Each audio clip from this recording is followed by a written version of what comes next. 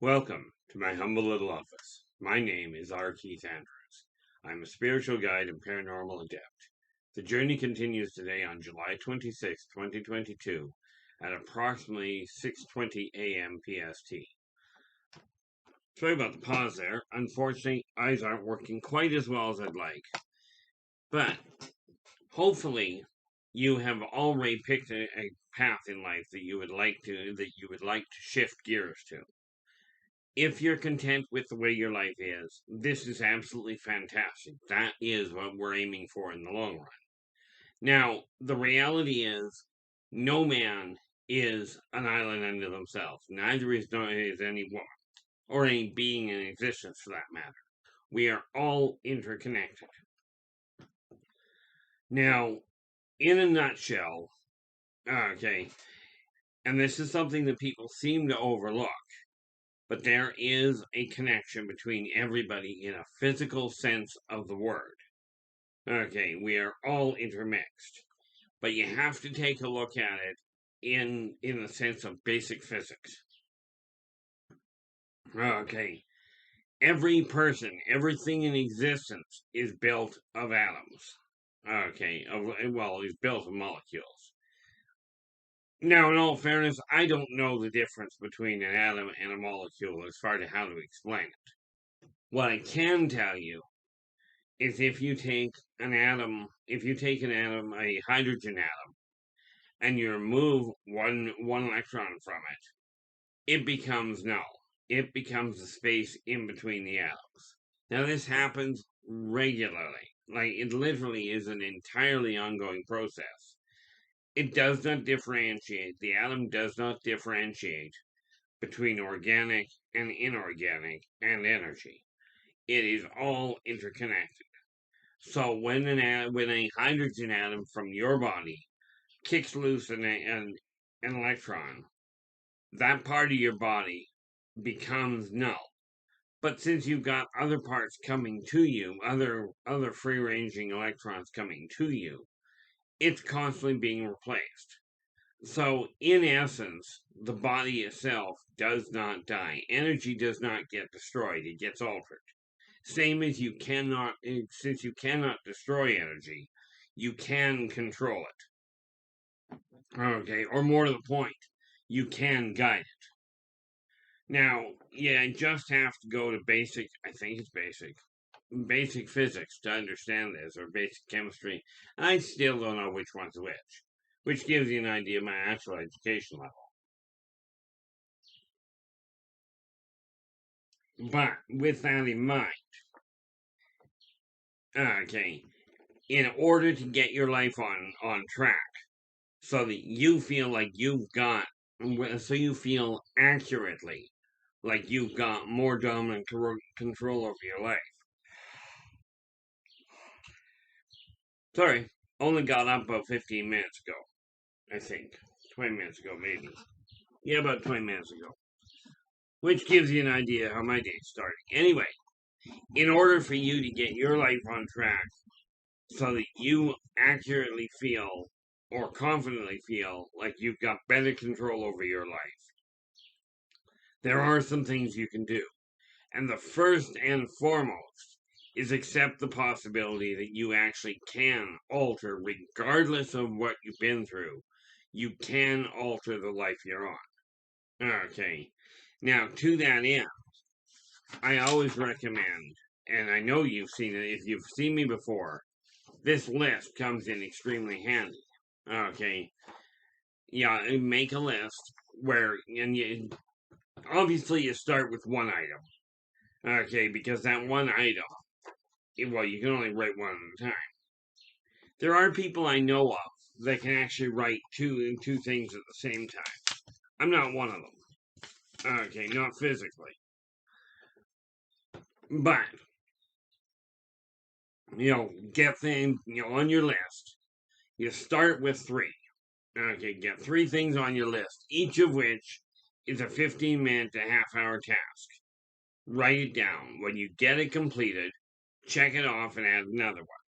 Now, I get started because I have so many things on the go at the same time. I usually start off with a long list to start with. Like I've got 7 items on mine right now. Okay. And I know if I take the time, I can put a list of things together that are absolutely imperative. I made that mistake one day. I ended up with what? Well, I had 3 pages of lists, meaning over 100 things on my list to get done. This is why I recommend you stop at the 3 if possible, which it is possible. Okay, and that way you get the dominant concerns dealt with right away. Now, to that end, okay, get straight whether you're content. If you're content with your life, this is great.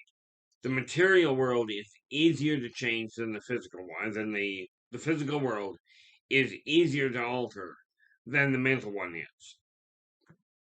Okay, you don't believe me? Try making a decision. Okay, or try moving your coffee cup. Now, technically, making the decision to move my coffee cup, well, literally, is a decision. Okay, but which one's priority? Well, moving my coffee cup for me was. And it really boils down to this. Decide what you desire. Okay, decide what you're going to do. And then make that happen. Now moving my coffee cup is so much easier than making up my mind as to, oh, I'm going to alter the belief that I've got. Those beliefs are usually well ingrained.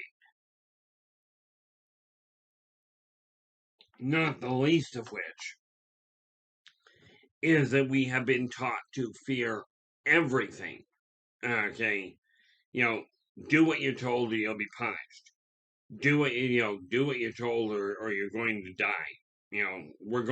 God's going to wipe you out, or the school principal, you're going to be sent to the school's principal and disciplined because you didn't do precisely what you were told. Okay, now we're taught to fear, and I will tell you this. Okay, and this is going to annoy a lot of people, I'm sure of it. God didn't tell you had to fear. God created fear. Okay, but he had to create fear because it's a counterpoint to love. Those are the only 2 emotions you've got to deal with.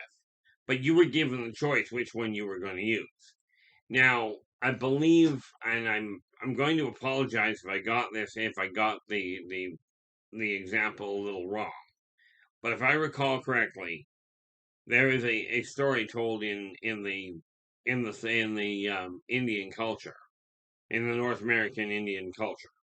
Okay, where every person is born with 2 dogs. Okay, they both have 2 dogs fighting with each other. The dog that is aggressive and is really angry and wants to kill everybody is terrified of everything, so fights with everybody possible. And then you've got the other dog that is very laid back, very peaceful, and just wants to get along with people. Okay, now these 2 are always at odds with each other. Obviously, the angry one is pretty much the one starting the fight. Okay, and a child asked an elder one day, but which dog wins? Which one's going to win the fight? And the elder looks at the kid and goes, the one you feed. Which really translates into, if you desire to live in peace or you desire to live at war. Yes, there's a lot of negative things going on. Okay, but here's the thing.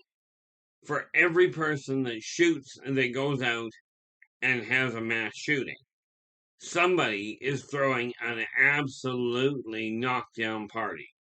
Okay, where people are just having the ball of their life. Cares of the world are pushed aside. But you have a choice. You yourself have a choice. You can pay attention to all the terrible things happening, all the shootings that are going on. You can pay attention to all the sin of the world.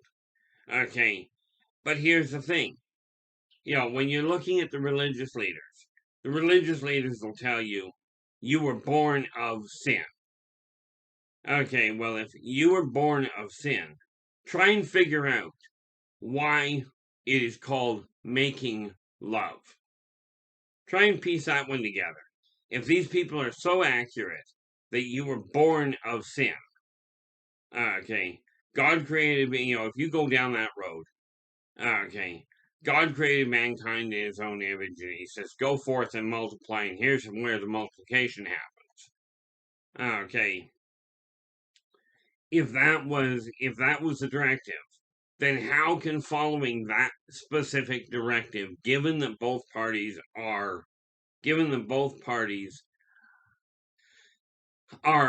consenting. Okay, and when I talk about consenting, I mean actually consenting, not that one party coerced the other. Okay, but if both parties are consenting and it's called making love, how can the child be born of sin? Okay, you have to make a decision which one you're going to believe. Now, I am not by any functional stretch telling you who and what temple or what church you should go to. I'm not telling you that at all, because I will tell you this. Every religion, every spiritual guideline that I've talked to, every one of them, okay, teach the same thing. They use different words, they use different labels, but the essence of what you are being taught is the same thing. Okay, we are taught that clothes make the person.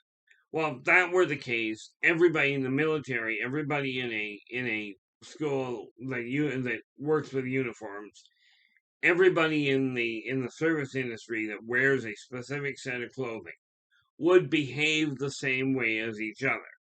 They don't. Now, what you wear will alter the way you feel. It absolutely will. It will also alter the way you're treated.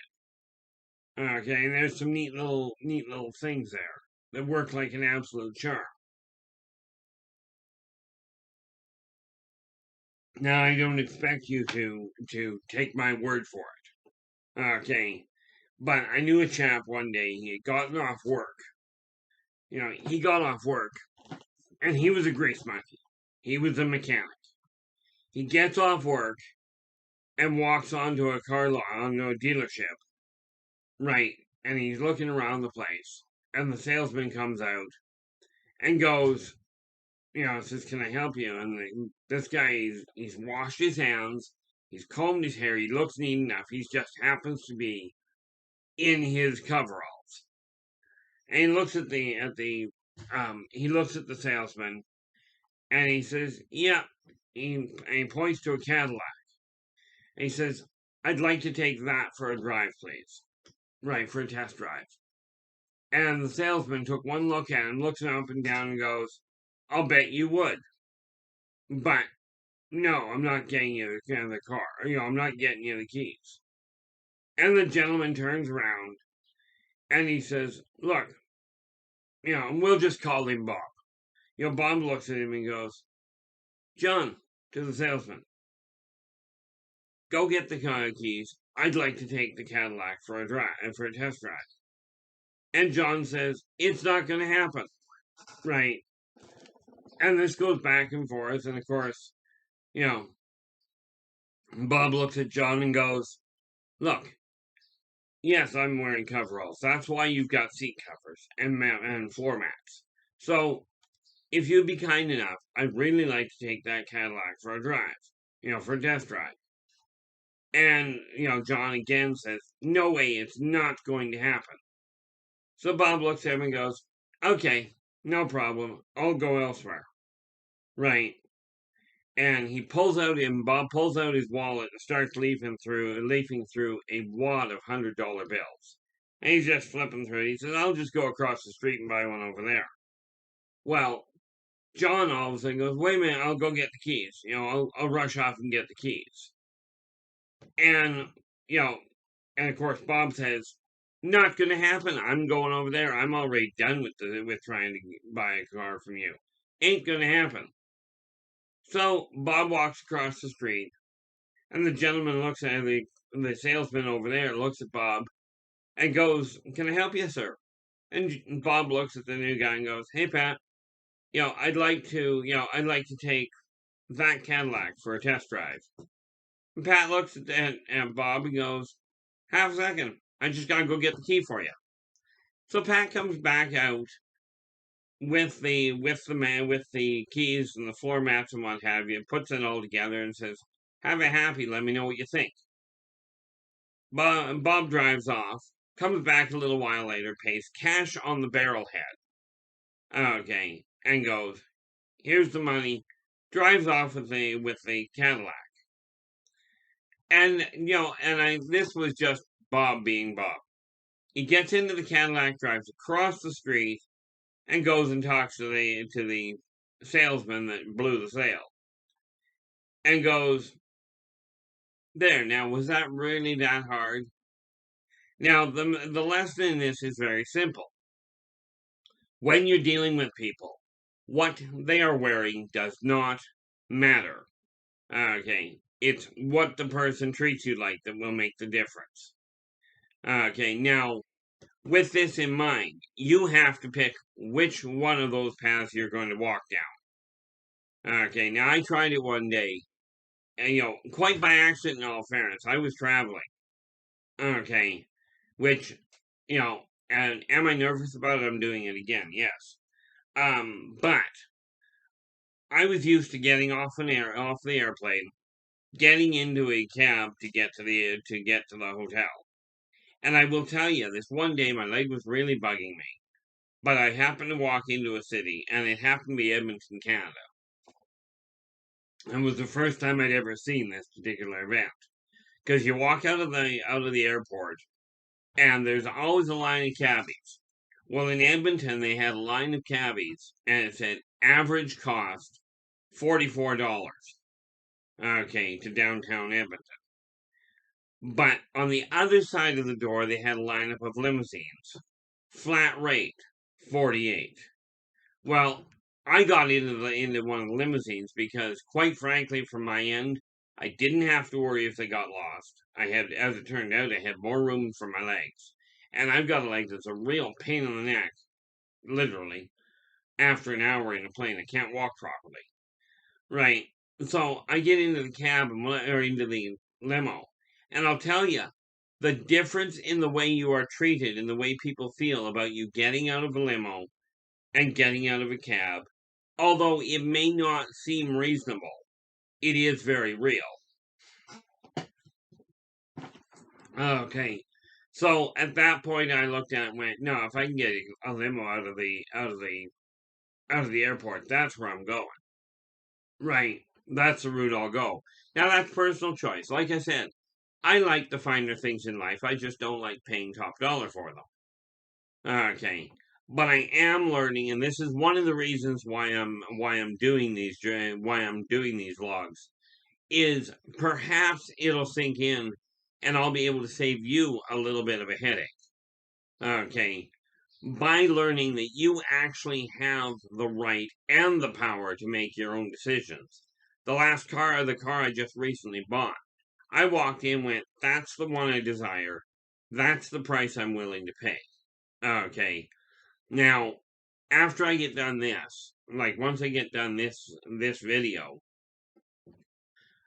before I can post it, I'll get it all done, but before I can post it, I will be upgrading the cost of the different books I've written, because most of the information that I've got, okay, most of the information that I have personally, okay, I am writing down. Now I've currently got 7 books in print. Okay, I will be posting today, and this is just something I have to do because I can keep postponing it. I'll be adjusting the price limits, and then I'm going to put onto my Facebook page, and on my different links. I'm going to put the synopses, okay, of what these books are, because the only way people are going to find out about them clearly is if I tell somebody they're there. Now, marketing is a skill that I am slowly getting a hand on. Okay, I call it slowly. I don't know what better way to put it, because I certainly am no expert at it. Okay, but it is something I have to teach myself. I've got to remind myself. Now, I call it teaching myself. I ask people, what should I do? How do I go about this? Because I will, the reality of it is, where it comes to books, it costs money to print them, it costs money to ship them. Okay. So this is, and this I'm going to be including, which may or may not be a good thing. Okay, but it was suggested, I'm going to follow through with this one, to put the price of the book down plus the cost, the average cost of shipping. Okay, and the reason for that is because, yeah, I'm sure you understand, especially if you run a business yourself.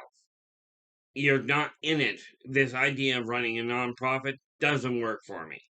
Okay, because I'm not in business to not make money. If I had an income that was self-sustaining, that I didn't have to worry about, sure, I undoubtedly would turn things around a little different. Okay, but I figured it out. And this is just an idea. Okay, like I said, I'm in this to make money. Okay, it's that simple. Where it comes to the business side, the information, on the other hand, like I've seen people go, "Oh, buy a membership to my vlog, and you get all sorts of extra things." How about not? Okay, I'm not going to bother charging for the vlog. Okay, it's just not going to happen. I'm also not going to charge for a membership for my website. Come and utilize the thing. Okay, here's what I'm doing with, and this is something I just worked out the other day, as in yesterday. Okay, when money comes in, I will be taking 20% of the profit. There's no question there. But 40% will be going into referral fees. Okay, because the reality is I figured out how to track word of mouth advertising. I will be putting that to use. Okay, 20% will be going to me personally. Okay, 10% to my executive assistant, the person that I'm relying on for pretty much backup for everything I'm doing. Okay, there's another 10% that will be going to charity, but it will not go to a registered charity and it will not go to a church. Okay, it will go to things such as buying somebody, they may be on the street, they may be they may be in a restaurant. I don't care. You're all the same to me in that respect. Okay. Then I've got 9% of it going to shipping, right? And another 1%, which doesn't sound like much, right? But that little itty bitty bit can make all the difference. That 1% is going to the artist. Okay, whoever did the cover work for whatever I'm working on. Okay. Now, with that in mind, now this is just a breakdown, and I don't expect anybody to remember it. Okay. This is a breakdown that I personally use. Okay. And of course, the reality of it is, I was told very emphatically by one mentor that the best tools in the world, the best guidance in the world that you can find, is absolutely useless if you don't pay attention to it. It's absolutely a write-off. Okay, so do I write the best books? Absolutely not. Okay, but do I do the best I can with it? Certainly. And I am telling you, from your standpoint, really important to get straight in your head. Are you content with where your life is? If the answer is yes, this is absolutely fantastic. Hats off to you. And rest assured, I don't wear a hat very often. Okay, but if you're not content, it's time now to start changing it. Okay, to start altering the path the energy is on. Okay, and that simply gets done right where you are. Figure out what your next step is, and all you got to do to figure out your next step is look at the table in front of you. Okay, look at the area in front of you. What's the first thing you see that is in the wrong place?